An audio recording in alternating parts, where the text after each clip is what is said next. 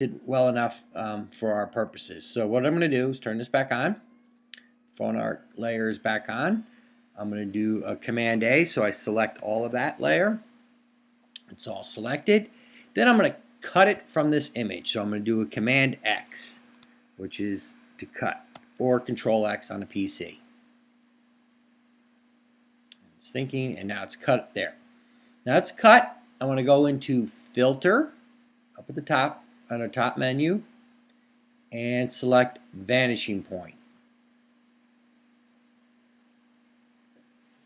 Now we'll open up a new window. So we've gotten out of our traditional Photoshop window. Notice our layer panels and that have all left. We're in a new working Vanishing Point window. It says so up here. And it gives little directions show up at the top of the screen. Click the four corners of the perspective plane or object in the image to create an editing plane. So what I'm going to do, it automatically defaults to the Create Plane tool. That's this tool here. It looks like this icon, that little box with a center point. I'm going to take that center point and place it on the four corners. I'm going to click here, so I'm going to click, and then you see I got this line that's attached to it because I clicked at that point.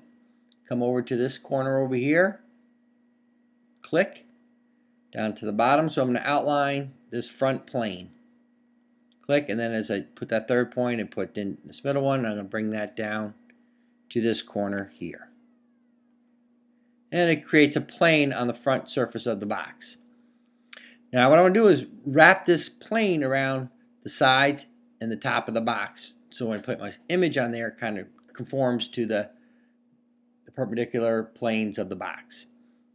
So what I'm going to do is hit Command or Control on the PC, and I get that little box icon there, and I'm going to take this center node, and I'm going to take it as I'm holding the Command key, click and drag this over to this plane. I'm going to stop here, let go of the Command key. Now this went away, it's still there, the blue outline is still there, but the grid is now highlighted on this side. So I'm going to grab this corner point and try to bring that up to match that corner there. It's right about there.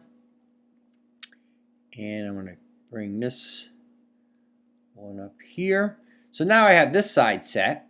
I'm going to come back to my front plane and click it. It enables the front grid again. Hold the Command key again or Control key on the PC. Select it, and I'm going to drag from the front. Now I'm dragging it from the front as opposed to dragging it from the side. So then both of these planes initiate from my front plane. It works the best this way. It's not 100%, but it does work pretty good. So now that I have my three planes established, I want to just bring this back a little bit. It's not letting me edit that far point there. I could look to try to edit this point here. It's not editing. I'm going to bring this back a little bit to there, to there. I like to do it with the front plane selected. I cut out that phone art image before I started the vanishing point. Now I'm going to paste that image into here. So I'm going to do a Command V, which is pasting, or Control V, Command V, and it places the image in this vanishing point window. Now I'm going to just take my mouse, click it, and drag it, and then it starts to conform to the box.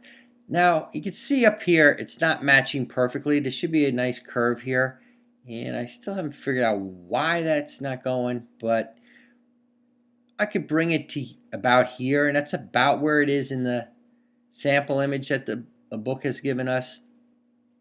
It's a nice view of the phone here on the front plane. I'm going to put the names in the side, artwork on the side there.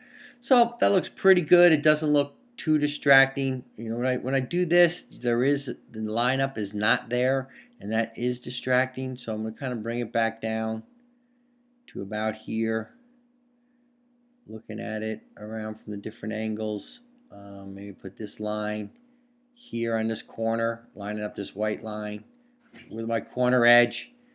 And I am setting this up here and be good to go from here. So I'm going to hit OK, and then we'll bring us back out to our original Photoshop window.